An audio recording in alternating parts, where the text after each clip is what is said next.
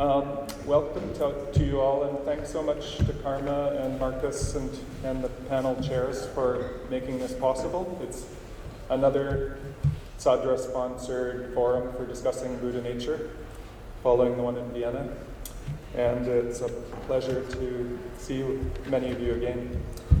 So today I'm looking at the Eighth Karmapa Mi, some of his interpretations of Buddha nature that concern the difference that he often draws between what he calls sūtric, or approaches that are drawn from the Pāramitāyāna, as compared to those that come from the Tantric traditions. And if we survey the complex interpretations of Buddha nature that developed during the Eighth Karmapa's lifetime, we find that he has a persistent interest in comparing these causal Pāramitāyāna approaches with the so-called resultant or goal-oriented Mantrayāna approaches on a number of different topics, but they all kind of converge in this keystone idea of Buddha nature, which can sort of be seen as a doctrinal cornerstone of almost all of the doctrines he considers.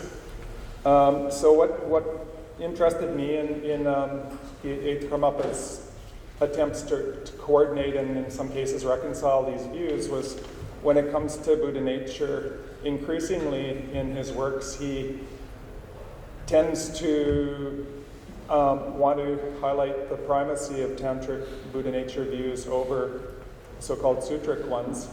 And he indicates this in a number of his earlier treatises on Buddha nature, such as the Nerve Tonic for the Elderly, which is one of my favorite names for a treatise, and also in his early Shentong Buddha nature work. But it's only in his final master work that he composed just a few years before his death, called the gsum Ngotru Namshe, the commentary on the introduction to the three kayas, which is in 2 or 3 or 4 volume editions.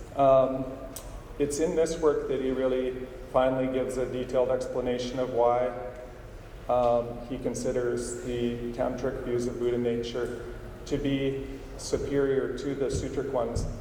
But it should be noted that by this he doesn't mean to discount or discredit the sūtric views, but simply that there is a greater efficacy and greater clarity in the Tantric approach.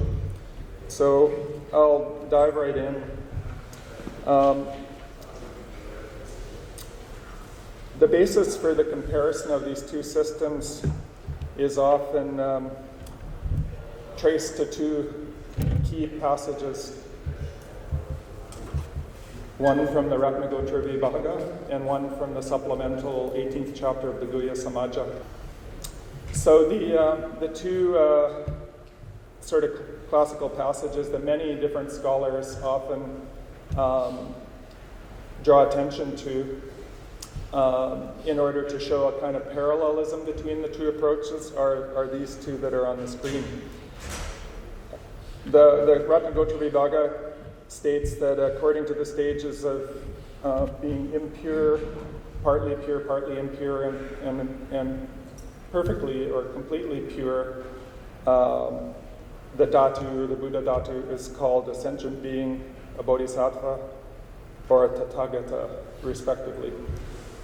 Now, the passage from the Guhyasamājatantra, which is often seen as paralleling this, says Tantra, that is the continuum, is known as continuity, gyun, so gyud and gyun in Tibetan. This continuity has 3 aspects subdivided into the ground, its nature, and inalienableness. The nature aspect is the cause, its inalienableness is the fruition, the ground is known as the means. These 3 summarize the meaning of continuity. So for many scholars, Nikki Dorje included, what unites these 2 accounts is their disclosive standpoint. So they both have this underlying premise, the Buddha nature, or the Tantric continuum, if you like, which it's sometimes called rgyud, meaning causal continuum, sometimes rgyud, the ground continuum. They both signify that there's this innate buddhahood, which is invariant and undifferentiated, and it remains unchanging throughout the phases of its becoming progressively revealed. So that's all well and good, but the author at the same time recognizes or tries to persuade the reader that the Tantric tradition has a more direct, less kind of oblique way of making this invariant continuum evident or manifest to the practitioner. So let's consider what I extract from his presentation to be three main arguments for this. The first is that the Tantric tradition's direct views and methods based on experiential or direct perception supersede the sūtric tradition's oblique and elusive kind of views. The second is that the Tantric conception of an invariant continuum, a gyud, supersedes the psychologistic sort of Yogacara Buddha nature concepts that he goes into great detail to sort of flesh out. The third is that the Tantric tradition's disclosive, goal-oriented perspective transcends its counterpart's more developmental or causal teleological model. So these all need a little bit of explanation, and that's what I'll do for the remaining time, and it's not very long after all. So Miki Dorje begins his response to the first point by explaining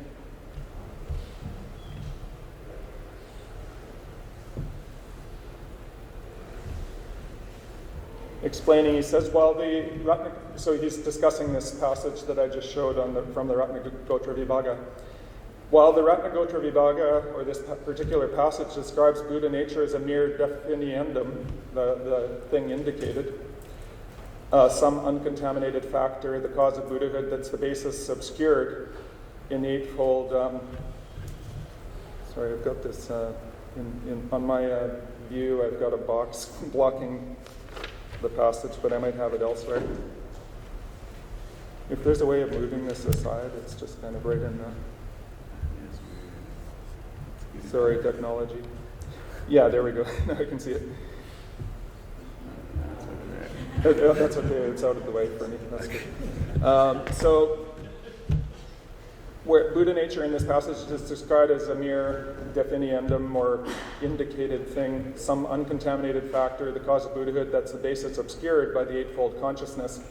The defining conditions for such a cause, in other words, the necessary and sufficient conditions that make it possible or that define it, are not fully but only partially revealed. And in particular, regarding such a definiendum, the passage does not clearly articulate the phenomenon designated, namely the particular instance of the designation. These are this sort of epistemological classification developed by Sapin and Chapachuki Senge. But I'll try to make it clear as I unpack this. And thus this factor, this hidden thing indicated, is extremely secret and kept hidden.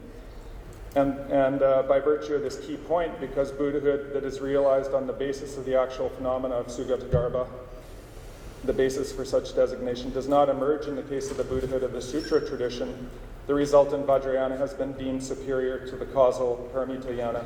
So this is a dense passage, but I'll try to unpack it a little bit. So what it's saying is that the Buddha nature alluded to in the Ratnagotravibhāga, and even more so probably in many of the other sūtric works on the three phases of Tathagarbha, it refers only obliquely or elusively to this some sort of hidden phenomena that needs to be made apparent.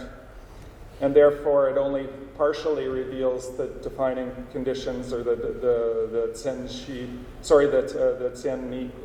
tsen-ni of this cause of Buddhahood. So I take this tsen-ni, like this refers to the necessary and sufficient conditions that make Buddha nature what it is, which would be things like wisdom, innate wisdom, and emptiness, and so forth. So these are only kind of metaphorically indicated, but not made very explicit. Such discourses hint at the actual subject matter, Buddha nature, using metaphorical language without divulging how to directly engage with it, how to make it the path. The Tantras, by contrast, reveal Buddha nature unambiguously as the invariant resultant continuum that's ever present and that is taken as the path from the outset. So this is kind of nicely summarized in the Mantrayana dictum of making the goal the path. There isn't an assumption that there's some cause that needs to be developed through causes and conditions, but rather it's already completely present in the adventitious phenomena that are there. So then I'll turn to the second point, because the time is of the essence. And of course, it's not moving, but here we go.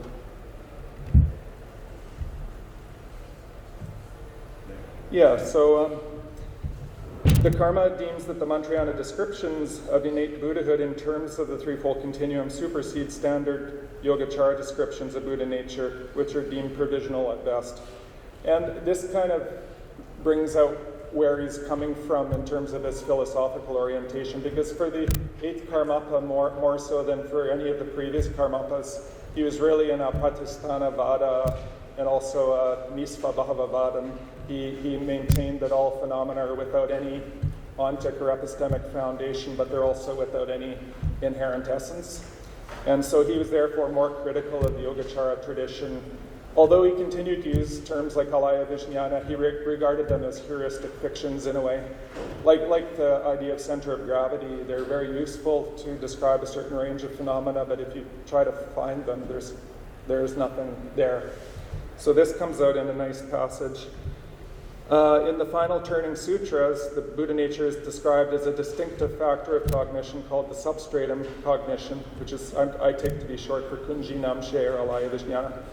In this regard, and here he's displaying his full Madhyamaka colors, Master Chandrakirti and others have declared that there is no substratum cognition consensually verifiable as an empirical experience, even conventionally. Hence, it turns out that Buddha nature, according to the sutra system, does not exist even conventionally. Now, that seems like a harsh judgment, but what he's really getting at is those elements of the sūtric tradition that equate Buddha nature with the alaya vijnana, such as the Ganavyuha Sutra and the, what's the other famous, there's another, Lankavatara Sutra. So where this equation is made between the two, he doesn't want to have any of that. What he does, because he can't just sort of say these sutras were wrong, he says that they were a concession to those who are predisposed to cause-oriented thinking, who need to be brought on board through devious stratagems. So that's his kind of a way to kind of accept Yogacara terminology without believing that, in its ontological reality in any way.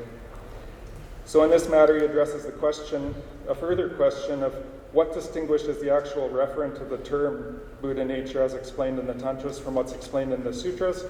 And in his response, he maintains that the standard exoteric sources on Buddha nature generally refer to some distinctive cognitive factor, shepe, kepar, ki, chu, in addition to the 6 empirically verifiable modes of cognition. So again, it's some hidden, non-empirically verifiable factor that lies somewhere within the human being. But, his criticism of that is, of course, that until a practitioner really is directly in touch with whatever Buddha nature is supposed to refer to, it just remains kind of a speculative idea. So I think in the interest of time, I'll move to the next slide here. No, that's gone back. Oh yeah, he says, so Tantric Buddha nature is definitely not the sphere of the 6-fold or 8-fold consciousness belonging to the continuum of sentient beings possessing defilements. Rather, it's the sphere of the innate, natural, and spontaneously present wisdom, which is summed up by all the cognitions of the mind streams of Buddhas free from defilements. So here he's showing, I think as Carl was pointing to as well, there's kind of he's favoring this kind of terminology that's referring to directly verifiable modes of cognition, like Kamalkishepa, meaning or ordinary or natural awareness, or Sahaja, meaning the innate, or primal Buddhahood, Dangpoi Sangye. These terms, he says, kind of don't beat around the bush. They take you directly to what's intended. And interestingly, as Carl was speaking, I was thinking in Gampopa as well, you find, even though in his Targyan, his famous Lamrim work, he gives a full exposition of Buddha nature according to the classical sources, in almost all of his teachings, which were recorded by his students, even though he uses the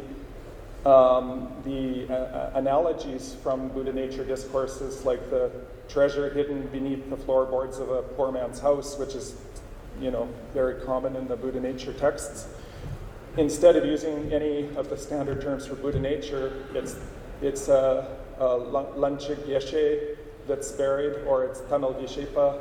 So he uses these images that are redolent of the Buddha nature discourses, but shows a clear favoring of those, the terminology drawn from the Siddha tradition and the Tantras. So then in the third point,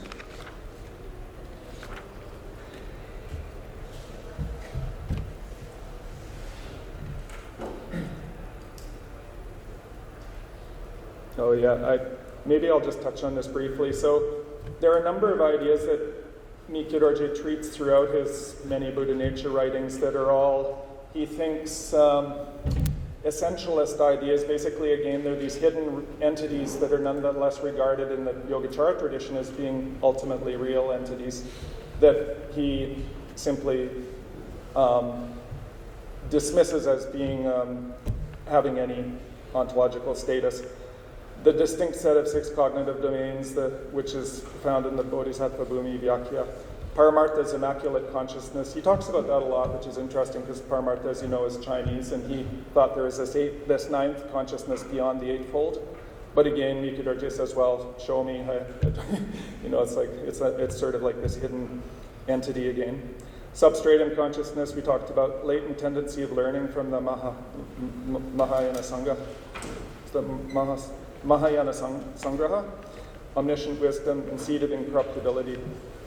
So there's a whole cluster of ideas that have to do with a seed or a capacity or a hidden subconscious kind of phenomena that he's interested in sort of exposing as being kind of suggesting that there's some real entity there.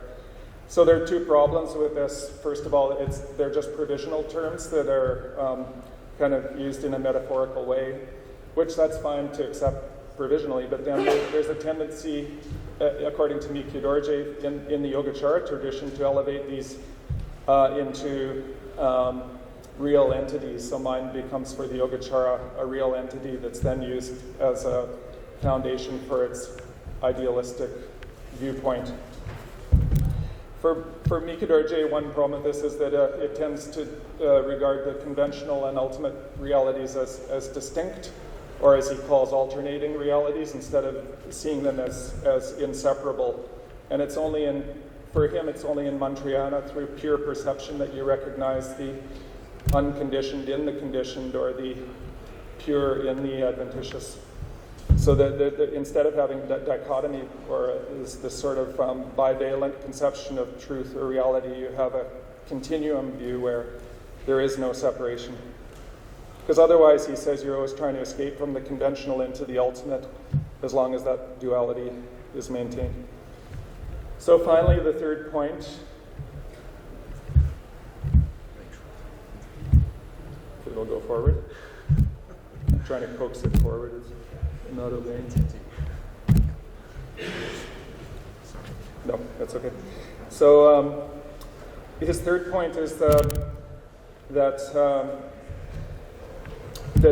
you have a basic difference between what he calls the disclosive model of the tantras, where the path is a matter of progressively revealing what's already there, versus this developmental orientation where you make something develop newly through combination of causes and conditions.